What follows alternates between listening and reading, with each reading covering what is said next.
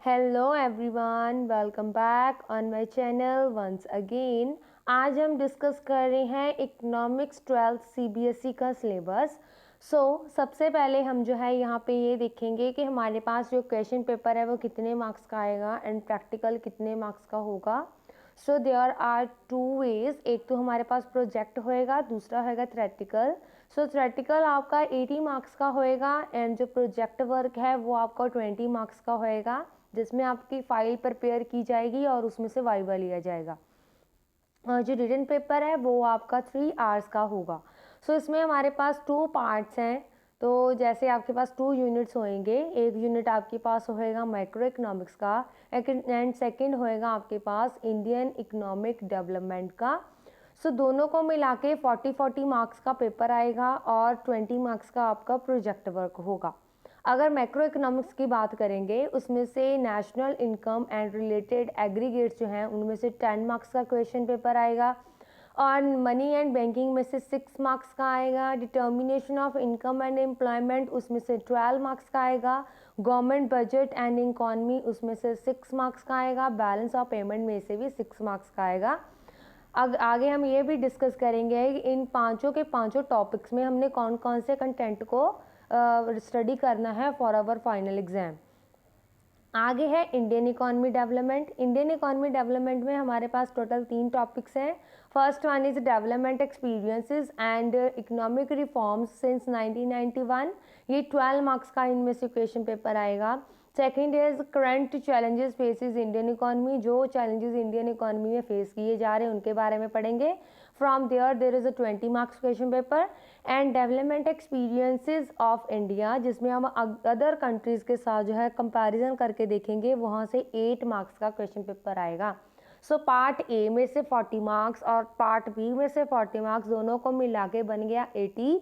And अब जो है आपकी वर्क बुक होएगी, या फिर आप ये बोल सकते हो प्रोजेक्ट वर्क जो आपका होएगा, सी पार्ट वो होएगा जो 20 मार्क्स का आपका लिया जाएगा। Let we continue with our introductory macro economics. उसमें यूनिट 1 हम रीड करेंगे national income and related aggregates, जिसमें माइक्रो इकोनॉमिक्स क्या है वो पढ़ेंगे। कौन से कंसेप्ट जो है माइक्रो इकोनॉमिक्स में, जैसे कंजम्पशन गुड्स हो गई, capital goods, final goods, intermediatory goods, stock flows, gross investment and depreciation, ये करेंगे। सर्कुलर फ्लो ऑफ इनकम करेंगे, जिसमें 2 सेक्टर मॉडल आएगा। एंड मेथड्स करेंगे कैलकुलेट करने के नेशनल इनकम के, जो आपके पास 3 टोटल मेथड्स हैं। First one is value added, जिसको हम प्रोडक्ट मेथड भी बोलते हैं। Second is expenditure method and third one is income method. आगे हमारे पास है aggregates related to the national income. Aggregates में हमारे पास आएगा gross national product, net national product, gross domestic product, net domestic product at market price, at factor price, ये पढ़ेंगे। रियल एंड नॉमिनल जीडीपी पढ़ेंगे। GDP deflector, GDP and welfare, ये सारे content हम नेशनल इनकम में से रीडअप करेंगे। Now go through to the second unit, that is the money and banking. Money में हमारे पास आएंगे मीनिंग एंड उसके फंक्शंस। मनी की सप्लाई मीन्स करेंसी की फॉर्म में पब्लिक के द्वारा कैसे की जाती है। एंड नेट डिमांड डिपॉजिट्स कितने होंगे कमर्शियल बैंक्स की तरफ से, वो ही हम देखेंगे। जहाँ फिर जो कमर्शियल बैंक अपने पास रखती है वो कैसे अंडरस्टैंड करना है, वो चीज़ देखेंगे, इसमें पढ़ेंगे। और आपको साथ में ये भी पढ़ना पड़ेगा कि अगर हम मनी क्रिएट कर रहे हैं कमर्शियल बैंक से, तो उसके कौन कौन सी चीज़ें हमने देखनी है। आगे है सेंट्रल बैंक और उसके फंक्शंस, मीन्स के हमारी इंडिया के सेंट्रल बैंक अगर आरबीआई है तो हम आरबीआई के फंक्शंस के बारे में पढ़ेंगे। जैसे वो बैंक इशू करती है नोट्स को, गवर्नमेंट की बैंक है, बैंकर्स बैंक है, वो क्रेडिट कंट्रोल को कंट्रोल करती है, बैंक रेट बनाती है, कैश रिजर्व रेशो बनाती है, स्टैट्यूटरी लिक्विडिटी रेशो बनाती है, repo rate, reserve repo rate, open market operation, margin requirement, ये सारी चीज़ें उसमें जो है वो कंसिडर करती है। आगे है determination of income and employment. तो जो हमारे पास एग्रीगेट डिमांड है और उसके ये थर्ड यूनिट में हमारे पास आएगा एग्रीगेट डिमांड, और उसके हमने कंपोनेंट्स पढ़ने हैं, जिसमें प्रॉस्पेरिटी टू कंज्यूम और प्रॉस्पेरिटी टू सेव, ये दोनों आ जाएंगे एवरेज एंड मार्जिन के। उसके बाद इसमें सेकंड टॉपिक आएगा हमारा वो है शॉर्ट रन इक्विलिब्रियम। उसमें हम आउटपुट देखेंगे, इन्वेस्टमेंट मल्टीप्लायर लेके आएंगे एंड इसका मैकेनिज्म आ जाएगा। देन उसके बाद फुल एम्प्लॉयमेंट का मीनिंग एंड इनवॉलेंट्री अनएम्प्लॉयमेंट देखेंगे।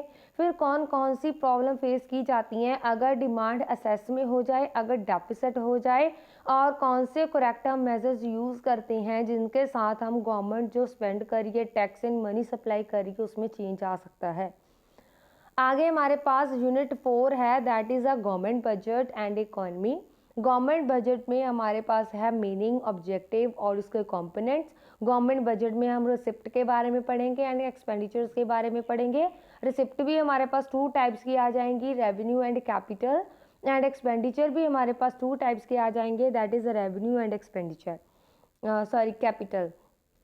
उसके बाद बैलेंसेस पढ़ेंगे, बैलेंस में सरप्लस एंड डेफिसिट बजट पढ़ेंगे और उसको गवर्नमेंट डेफिसिट को कैसे हमने मेज़र करना है उसको भी इसमें रीडअप करेंगे। आफ्टर डेट हमारे पास आ जाएगा balance of payment. Balance of payment में हमारे पास मीनिंग एंड कंपोनेंट्स आ गए। बैलेंस ऑफ पेमेंट में सरप्लस एंड डेफिसिट आ गया। फॉरेन एक्सचेंज रेट में क्या होएगा, फिक्स्ड एंड फ्लेक्सिबल रेट्स क्या है, मैनेज फ्लोटिंग क्या है, डिटर्मिनेशन अगर हम एक्सचेंज रेट की कर रहे हैं फ्री मार्केट में तो वो कैसे होएगी, मेरिट्स एंड डीमेरिट्स क्या हैं flexible and fixed exchange rate के। देन मैनेज जो फ्लोटिंग एक्सचेंज रेट सिस्टम है वो किस तरह से चलता है या किस तरह से उसे बनाया जाता है फ्लोटिंग रेट को, वो भी हम देखेंगे। इसमें हमें रीडअप करना पड़ेगा फाइनल एग्जाम के लिए। आगे है पार्ट बी जो इंडियन इकोनॉमी डेवलपमेंट है, जिसमें 6 यूनिट से हमारे पास स्टार्टअप हो रहा है, that is a development experience जो हमने 1947 टू 90 तक देखना है, इंडिपेंडेंस के बाद और न्यू इकोनॉमिक रिफॉर्म से पहले। ठीक है, तो वो हम रीड करेंगे। इसमें हम ब्रीफ इंट्रोडक्शन लेंगे इंडियन इकोनॉमी की इंडिपेंडेंस के टाइम पे, फिर उसके बाद कैसी इंडियन इकोनॉमिक सिस्टम था और हमारे कॉमन गोल्स क्या थे, 5 ईयर प्लान जब आए हैं तो वहाँ पे कैसे उनके लिए वर्कआउट किया गया 5 ईयर प्लान्स के ऊपर। आफ्टर डैट हमने फीचर्स देख रहे हैं, प्रॉब्लम कौन सी फेस की गई हैं एग्रीकल्चर में और उसमें कौन सी पॉलिसीज़ अप्लाई की गई हैं वो हम देखेंगे। फिर उसके बाद इंडस्ट्रीज़ में देखेंगे कि हमारे पास से पहले इंडस्ट्रीज़ का क्या रोल है, जैसे कि SSI देखेंगे उसमें रोल एंड इम्पॉर्टेंस क्या है, फॉरेन एक्सचेंज को देखेंगे।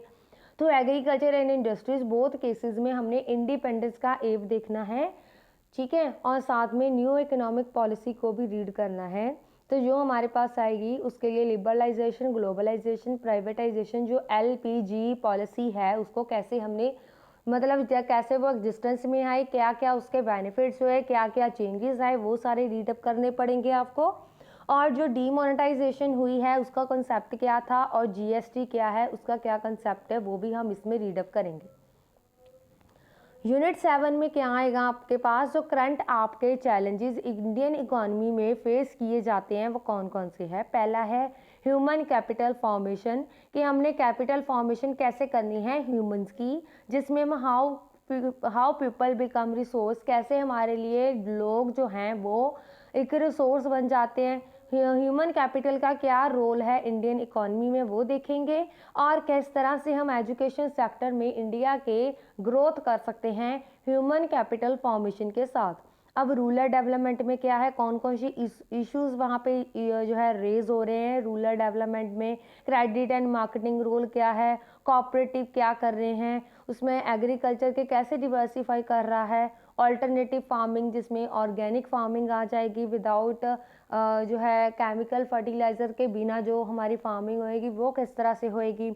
एम्प्लॉयमेंट में देखेंगे ग्रोथ एंड क्या चेंजेस आए हैं वर्क फोर्स में, पार्टिसिपेशन रेट क्या होएगा फॉर्मल एंड इनफॉर्मल सेक्टर में, कौन सी प्रॉब्लम्स हैं, कौन सी पॉलिसीज़ हैं, वो सारी चीज़ें हम इसमें कंसीडर करेंगे। सस्टेनेबल इकोनॉमिक डेवलपमेंट में देखेंगे इसके फैक्ट्स क्या हैं इकोनॉमिक डेवलपमेंट के, और रिसोर्स एंड इन्वायरमेंट के ऊपर इकोनॉमिक डेवलपमेंट के कैसे इफेक्ट पड़ रहे हैं, ग्लोबल वार्मिंग भी उसके साथ हम कंसीडर करेंगे। And our last topic is development experiences of India, जिसमें कंपैरेटिव करेंगे, कंपैरिजन करेंगे नेबरिंग कंट्रीज़ के साथ, जैसे इंडिया चाइना का हो गया, इंडिया पाकिस्तान का हो गया, कौन सी उनके इकोनॉमिक ग्रोथ है, पॉपुलेशन कितनी है, और सेक्टरल डेवलपमेंट कैसा हो रहा है, ह्यूमन डेवलपमेंट कैसा हो रहा है, वो सारी चीज़ें हम इसमें देखेंगे। ठीक है, सो इस तरह से आपने अपने फाइनल एग्ज़ाम के लिए रेडी रहना है। Thank you so